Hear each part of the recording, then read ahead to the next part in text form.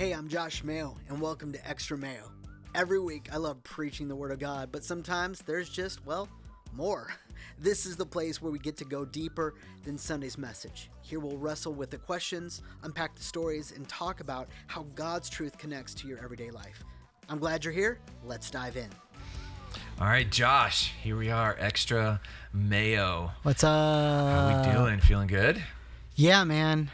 2 great services. Great Under the church. belt. I love it. Let's go. It's been a good Sunday. It's been a really good Great Sunday. Hey, listen, so we're doing Extra Mayo. For some of the people that really don't know what this is about, talk a little bit about why we're doing this thing. Extra Mayo is a play off my name for the people that just can't get enough. No. I actually hate mayo, so it's a weird, ironic twist. But, sometimes as I prepare these messages and God speaks to all of us, there's material that we leave out just because of time. And sometimes we like to go a little bit deeper. Sometimes we want to get that extra of, all right, God, what are you saying? Help me process this a little bit more. Yeah. And that's really the point of this podcast, is to help our cross-church family and others that listen or watch the messages go a little bit deeper, find out a little bit more, and even in their daily commute, be able to get a refresher from Sunday to have a great reminder of what was said in the weekend. And I just think it's important for us to go as deep as we can in Scripture and find out what God's really saying. It's always good. God's always got so much more to drop in our minds. He does, man. My goodness. I feel like there's just extra layers on you, like from knowing you and knowing the times that we've got to do this together. There's usually a message. Like 10 other notes. In your notes. No, there is a message that I write, and there is a lot that I do not deliver. We'll put it that way. I know. So here's the Extra Mayo for everybody. All the things that they don't get to hear. Here's the opportunity. So this Sunday we kind of rebooted Psalms 23, right? We did it like earlier in the year and went really great, but we felt like there was just so much more to give, and so Psalms 23, and today the whole idea was like home isn't a place, it's a person, right? Yeah. And so kind of give us the extra heartbeat behind that. Well, you just said it. I mean, home isn't a place, it's a person. It's this idea, it's this understanding that Psalm 23 is more than just something we put on grandma's quilt or some Christian wall art, but it's really a cry to get close to the Good Shepherd, and that wherever God is, there is home. Wherever His presence is, there is home. Yeah. And we're constantly looking for peace and strength and life. And those things, I think the psalmist is saying to us, can only be found in the presence of God. And that's where home is. I think our heart yearns for home. There's just something about that word. Yeah. It's like, I'm looking for home. I'm always a little bit restless, looking for home. And the psalmist David is saying, hey, you want to find home, you want to find peace and strength and life, it's only found in the Good Shepherd. And that's exactly what Jesus calls himself in John 10. He says, hey, I am the Good Shepherd. I lay down my life for my sheep. And that's the invitation. He's like, hey, come walk with me. Let's do life together. It's the invitation to be close to our King. For real. I don't know about you sometimes, but like even coming out of vacation, like getting home feels... Oh, bro. You need a vacation from the vacation? Yeah, you know what I mean? Like you get in your own bed. Like you just like, this feels good. Especially if you have kids. Let's be honest. Well, that's for sure. that's you got 2 young ones. 2 young ones makes you want to go home all the time. Stay home. But yeah, so good. So you preached a little bit about this idea of the shepherd, right? You talked about this a second ago, and how the shepherd is the only one that can restore our souls. And so give us a little bit of context to this like ancient world idea of a shepherd. Like for us, we don't really see it, but what's the ancient world idea of like the shepherd? Well, what's really kind of cool about this that I didn't mention in the message is kings would describe themselves as shepherds. So when David says the Lord is my shepherd, he's actually using kingly statements. Right. He's actually making king-like claims. The Lord is my shepherd. The Lord is my king, because in the ancient Near Eastern world, a king would often describe himself to his people as a shepherd, because it was one who would protect the flock, protect the people, one that would be the provision, one that would be the source, one that would make sure that the people, their safety was taken care of. They went to good pasture, they survived in good lands. And so this is really kingly talk here. And so it's beautiful that King David as a king is saying, hey, as the king, there is a greater king. Yes. And and he is my shepherd. The Lord is my shepherd. The Lord is my king. I lack nothing. Yeah. So beautiful. So beautiful. Because we know, hey, let's just put this out there. Only the king can provide all that we need, right? Come on, somebody. Man. I mean, shoot, my king has endless supply and total authority. And only the king can provide all that I need. It's a beautiful thought. Yeah. I love that so much. Awesome, Pastor. So listen, you spoke about like sheep and cast sheep, right? Sheep that have fallen over, or that are on their backs and can't get up. What are some of the extra insights into that idea for silly little sheep? Silly little sheep like us, because we never get on our backsides. We never feel like we're downcast. And so Keller, a shepherd, describes a sheep that's fallen on his back as cast or cast down. And I love what a psalmist says when he says, why are you downcast, O my soul? Why are you disappointed? Hope in God. And a sheep would often become cast. They'd fall on their back, and it would make them susceptible to predators, to prey. They would become prey. As predators would encircle them, they'd look for the downcast sheep. And I think the enemy likes to go after downcast sheep. And what's interesting, and we said it on Sunday, but the idea that downcast sheep, cast sheep, are often what appear to be the healthiest, the strongest. They seem good by all appearances. And I think most of us, we seem good on the outside, but there's more going on, and the good shepherd knows how to recognize the warning signs. And there's a couple things that we identified as that makes a cast sheep fall on its back, where it can't get back up again and become prey. And one was looking for a soft spot. Another was they have too much wool, so their wool becomes heavy and they kind of flop over on the side. Not like any of us as Christians ever get too heavy with the stuff of this life. Right. And then also too fat. It's had a lot to eat. And I talked about, hey, let's be doers of the word, not just hearers only, because a lot of times Christians, we've ate so much spiritual richness from God, from the Word of God, but we're not doers of the Word, and so we can become fat spiritually. But I think what I would like to point out in all that I didn't share on Sunday was this idea of too much wool.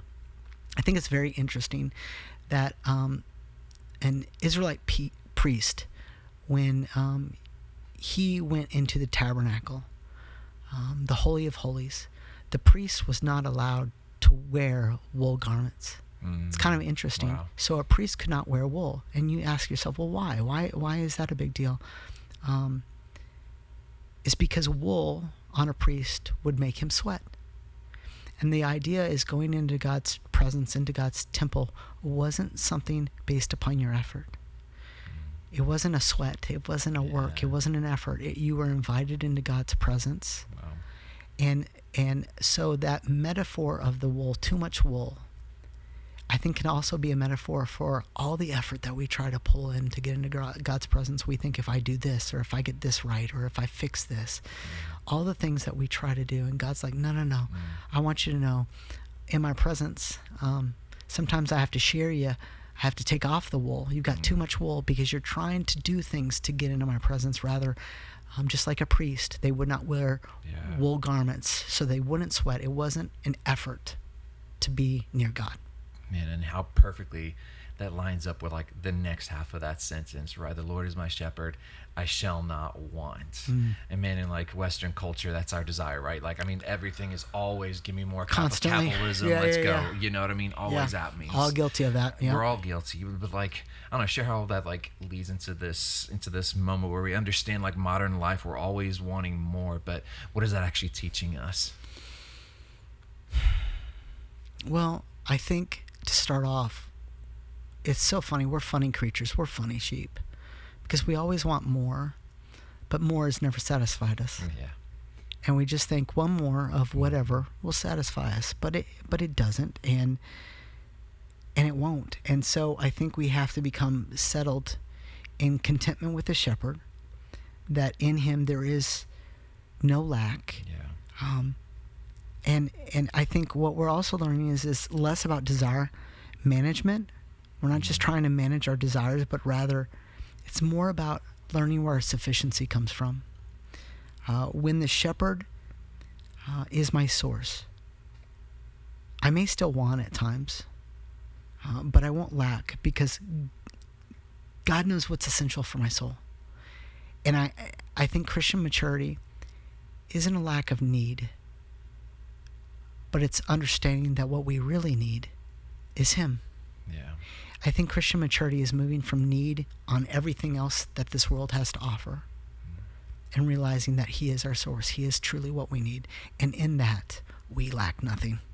Man, that's so beautiful. That's so beautiful.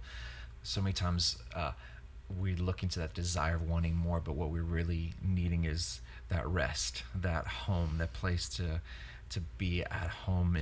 And you touched on the idea of rest, and you didn't really go into like the culture shock of He makes me lie down, right? He makes me lie down in green pastures. That's like totally opposite of, again, our culture, right? We're always like work, you know, but like explain that idea a little bit for us. He makes me lie down. Well, one thing that I didn't say in the message was there's an understanding if you're a shepherd, which obviously 99.9% of us listening are not. But first of all, sheep are incredibly hard to maintain. They're actually the worst livestock of all livestock to maintain. You want to give yourself a nightmare, become a shepherd and have a flock of sheep. They're the worst. They really are. They really are. For 1,001, God picked a perfect metaphor when He picked sheep to describe us as Christians, as followers of the Good Shepherd.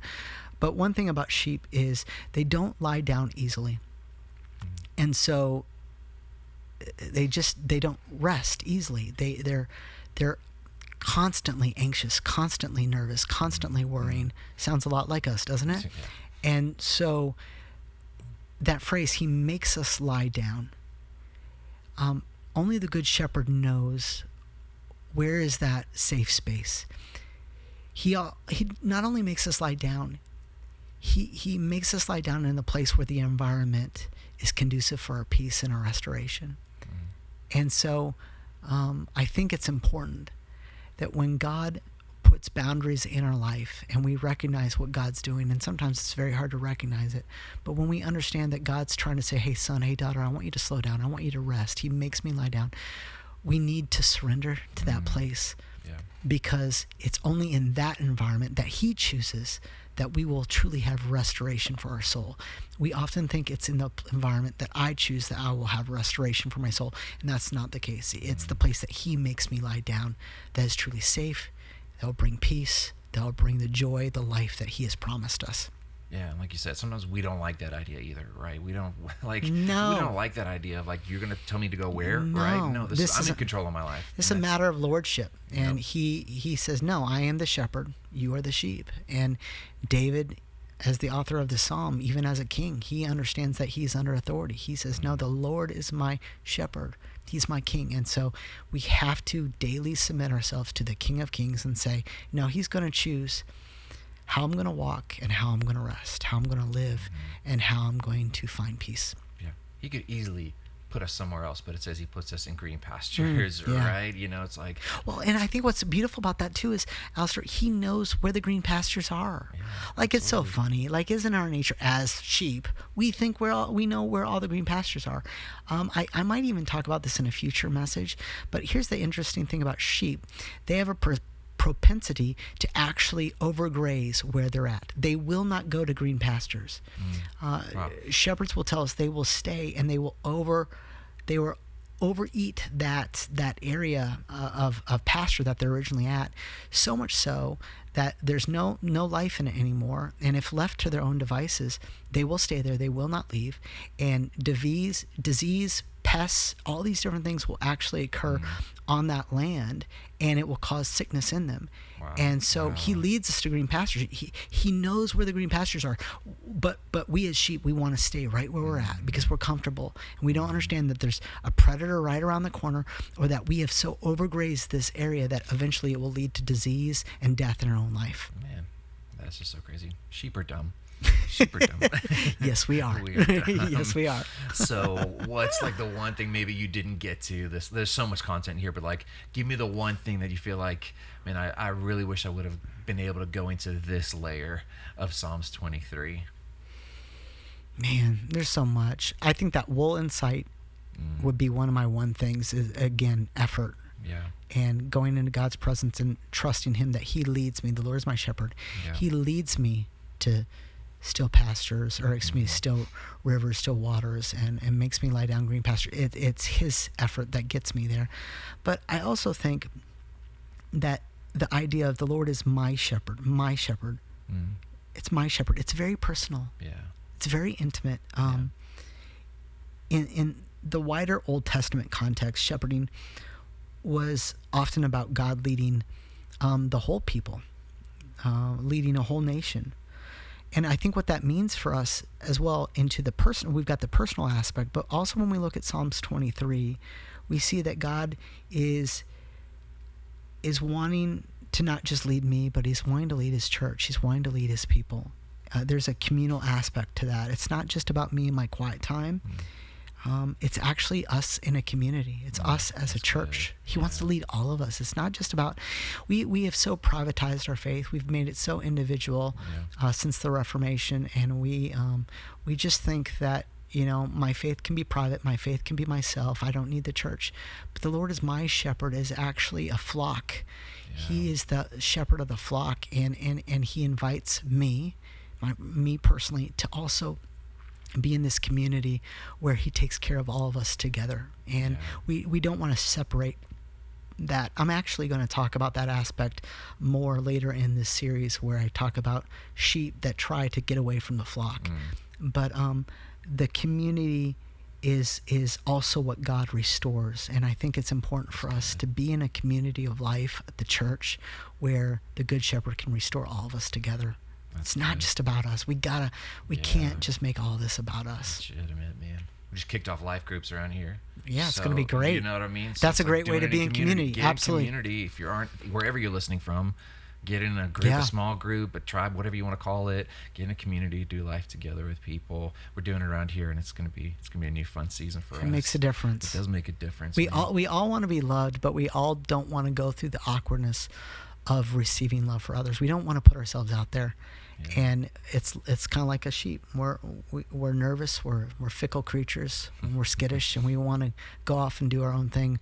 When it's in the flock that we get ultimate safety and care. And so you need that. I need that. We all need it. So search it out. That's good. So the practical. Let's give me an application here for today. What's the major takeaway from this whole piece of the Psalms, or the first part of Psalms 23? The Lord is my shepherd, I shall not want. He makes me lie down in green pastures. What's like your good big takeaway for us and for anybody listening right now? I'd remind you of two things. Home is not a place, it's a person.